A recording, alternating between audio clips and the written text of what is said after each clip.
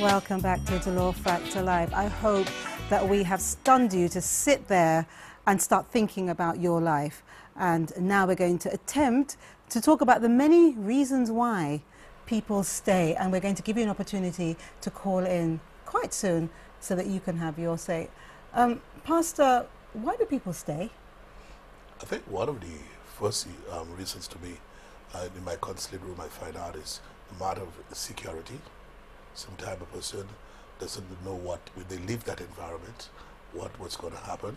And so sometimes they stay and they have what they call a wishful thinking that things will just change, even though they are not doing anything about it. But they are so afraid of losing the little comfort, even though there's abuses happening, but there's a little comfort. Sometimes it's a comfort of having a comfortable home or the person providing, so to speak, for them in that environment. And sometimes they, again, because of the security reasons of providing for the family, children, whatever it is, they stay within that context of that abusive relationship. So I think one of the reasons is security. And you'll find not only that security is one of the reasons, but sometimes persons in that relationship, because of the abuse, they have lost confidence in themselves too, because they don't feel, I'm going to start over. You know, I'm going to do it over again. And so sometimes they have lost that confidence, because sometimes if it is an abusive relationship where it's psychological abuse, you almost make the person feel that they are not able to do anything. The next party has pulled down the person so much that they feel, well, what I'm going to do. So they're not only security, but you have fears of themselves. And sometimes when you go further, it comes to a place where they feel, listen, boy, I'm already in this, something else, I don't know what's going to happen down the road, so I'm going to stay within this. But also always hoping that sometime things will just systematically, automatically change, which is not true. Because unless something substantial, something strategic is done, the situation never changes. You know the sad thing about that, when you say this, I feel it, I understand, but I think the worst thing about that is sometimes the person who is ill-treating this person is the one that will maybe just go, and you're sitting there thinking, I took this for all these years, and then they pick up and they go. You know? So before that happens, I think people should start thinking about how they can better themselves or get stronger to allow them to start making that move, you know. And it's not something that they should expect will happen instantly. It will take some time, but if you don't make that first step, you're never going to get there. Pam, why do people stay? I think fear. I don't think fear. Low self-esteem.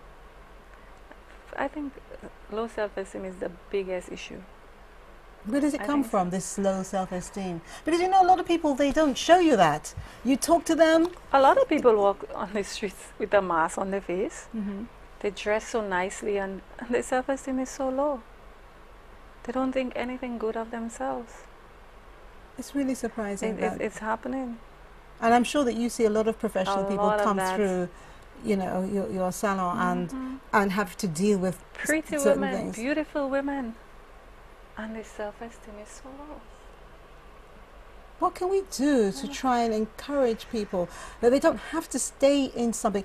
Even if, as you said earlier, Bishop, some people are reliant, you know, financially on the other person, but some people, there are opportunities, but you just have to know to talk to someone to try and find out where those opportunities exist. If you really want to do something, why should anyone just have to sit there and take it? And I'm not saying this is a fact for everybody, because I know some situations it's just impossible and it's very difficult.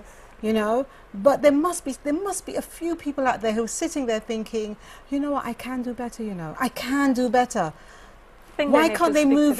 Why can't you move that little step to do better, instead of saying, I can do better, you know I can do better? And especially if you have family and friend support. I think a lot of it as well, as St. Lucians, we have a lot of pride. And pride is the worst thing to have. It's a killer. You know, it's amazing, and I just want to tell some of the statements, because already we have 20 statements already coming in. 20. I'm not going to go through all of those, plus those I'm sure coming in as we speak, and I want to go through some of them. People say here, people stay in unhappy relationships because they're hoping that things will get better. Sometimes they have grown so accustomed to the situation that they become immune to what is happening. Some people have no other choice, especially if they live somewhere where they know no one and have no relatives. And some people stay for the luxury the relationship affords them.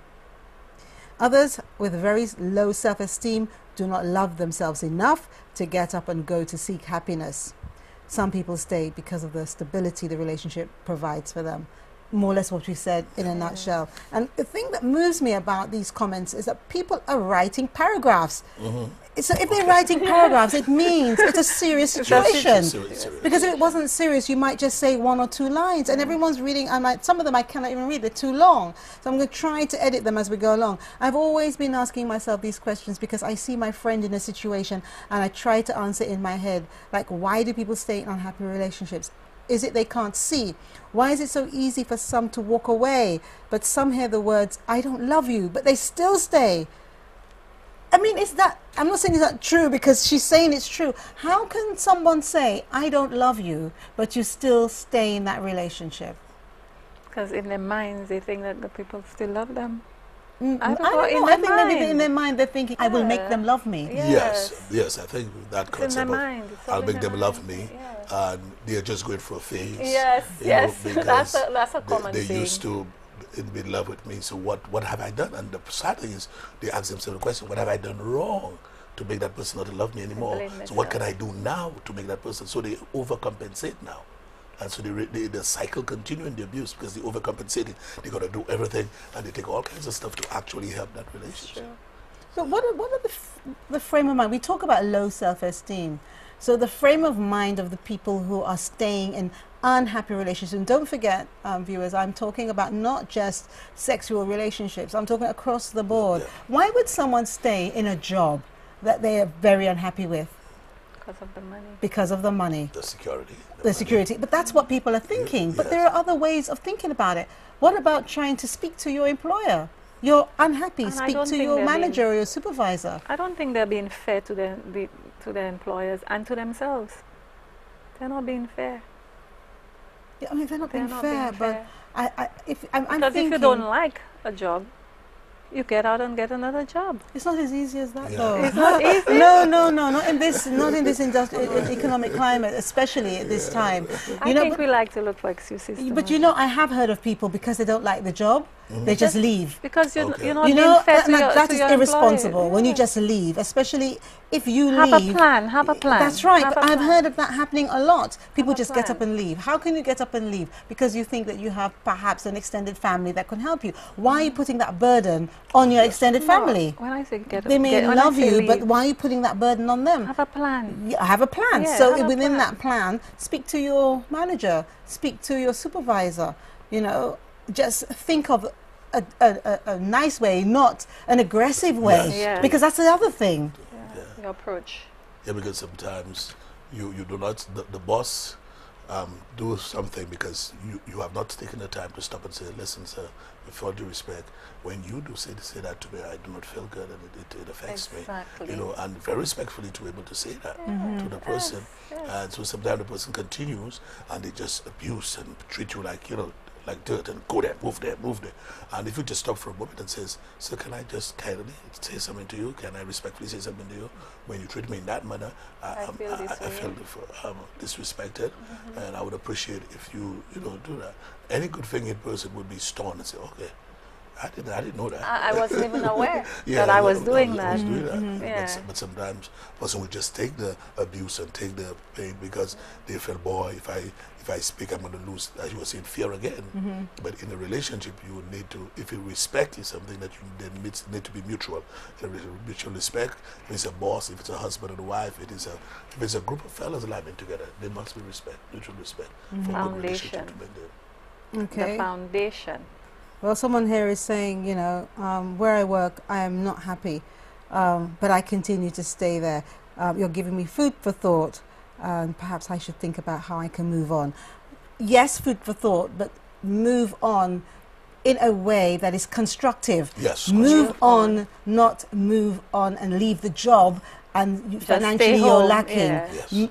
when you say move on, I'm hoping that you're talking about trying to find a common ground or a way, you know, as Bishop McLaurin just said, finding a way to speak to your manager and say, you know, use the words, because sometimes people don't know how to begin. So perhaps we can offer you the suggestion. You can say, you know, I have something I would like to speak with you in a nice tone, or whatever response you get that you perhaps you disagree with, say with all due respect, I disagree.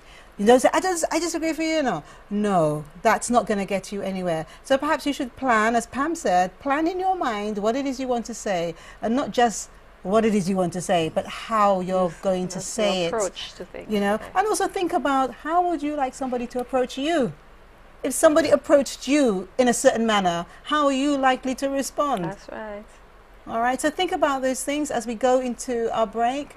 The giveaway to win tonight, name 3 products that Farron's manufacture and tell us where Strand's Hair Studio is located for a chance to win a steam treatment. When we come back, we're going to open the telephone lines for you so you can call us if you'd like to. This is Dolor Factor Live on DBS. Please stay with us.